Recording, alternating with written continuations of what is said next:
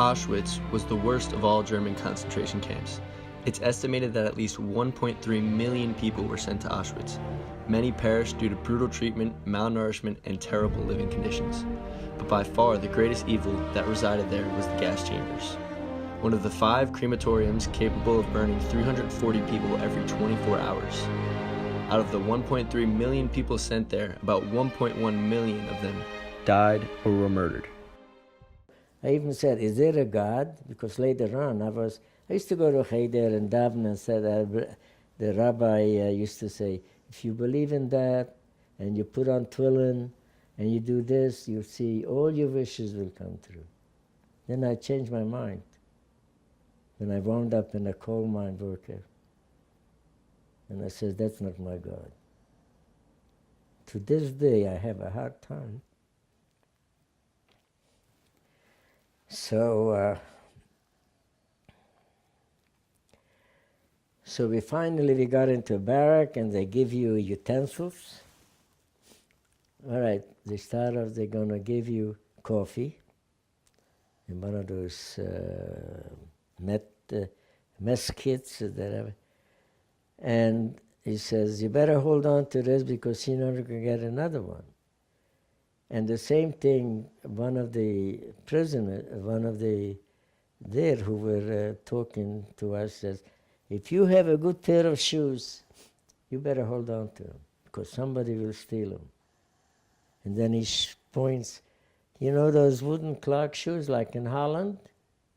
That's what you're going to wear. And wrap your feet around with newspapers. So make sure you hold. So we tried to make sure that we held on to it with dear life. So from there, after you get there, then they start the speeches. And if you're here, and if you're going to work, and if you're going to listen to our request and command and what have you, you will be in good shape, and you'll even be going home. And unfortunately, some people were so naive that they were talking, oh, we're going to go home. That went on until the Russians were advancing to Auschwitz. We went through the routine, and then they went ahead and they were taking your names and so forth, and then they started tattooing. It's 7705. My father's number was 7706. When I came to the tattoo guy, he says, oh, you're a little kid in Yiddish. I'm going to make you small numbers because some of them were big. They didn't care how it looked.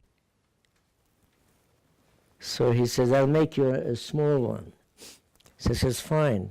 How about my father? Says he'll have the same. So we were there, and then they started splitting up the unit to different camps because Auschwitz had a lot of satellite camps. So we were put on a list to go out of Auschwitz, and we didn't know where we were going to go. And my father was the last name on the list. And after lunch, you're going to get on the truck and you're going to leave. You read off the list, he's not on the list.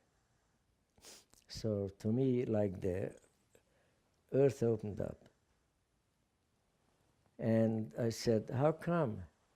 So one of the capos said, oh, don't worry, he's going to go follow you.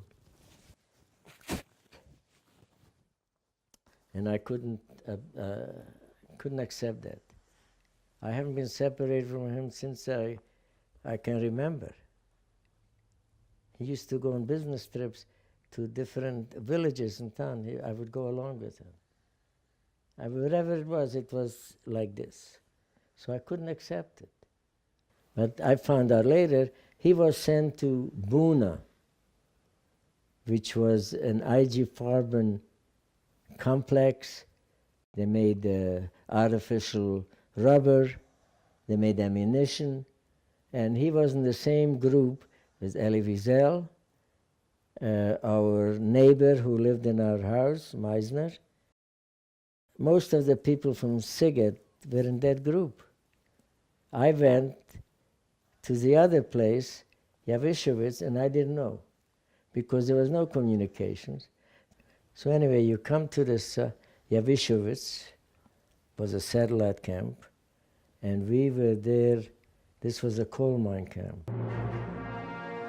Prisoners at Jawisawis were forced to work in the two shafts of the coal mine. This was one of the largest subcamps of Auschwitz, holding 2,500 prisoners in 1944.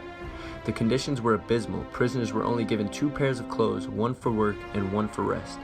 While adults worked in the mine shafts, adolescents were forced to sort coals into carts. The boys were a whole block, about, I don't know, 40, 50 kids. Our job was, when coal is brought up from the ground, we had to separate rocks because there are a lot of rocks on the beltway. So we had to take the rocks off, throw them off to the side, and the coal would go up. So that was our job. As time went on, and you realize that you're no more a 13, 14-year-old kid. You have to think, to survive, you have to think a little bit like an adult. You have to be a little bit shrewd to know how to survive, how to save your stuff.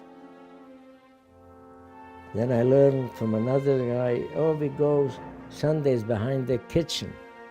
So what are you doing there? Oh, we get potato peels. And then I get some grass, and we make a soup for ourselves. Of course, this sounds odd, but I'm going to try it. So I did it a few times. And another thing was, I was rationing my food.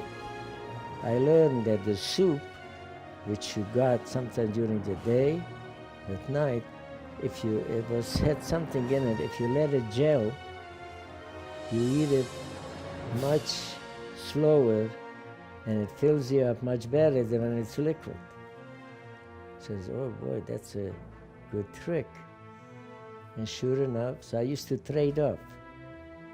In 1945, this camp was evacuated. Abby recalls the Death March. The Death March, that was in the height of January.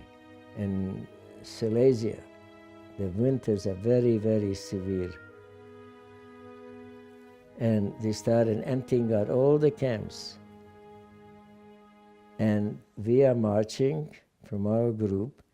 I was with the kids' detail, and we were pushing a sled that had supplies. And there was one guy that really saved me because I kept falling asleep. And I just sat down on the sled and said, no, you can't. I says, I can't do it. I can't do it, I don't care.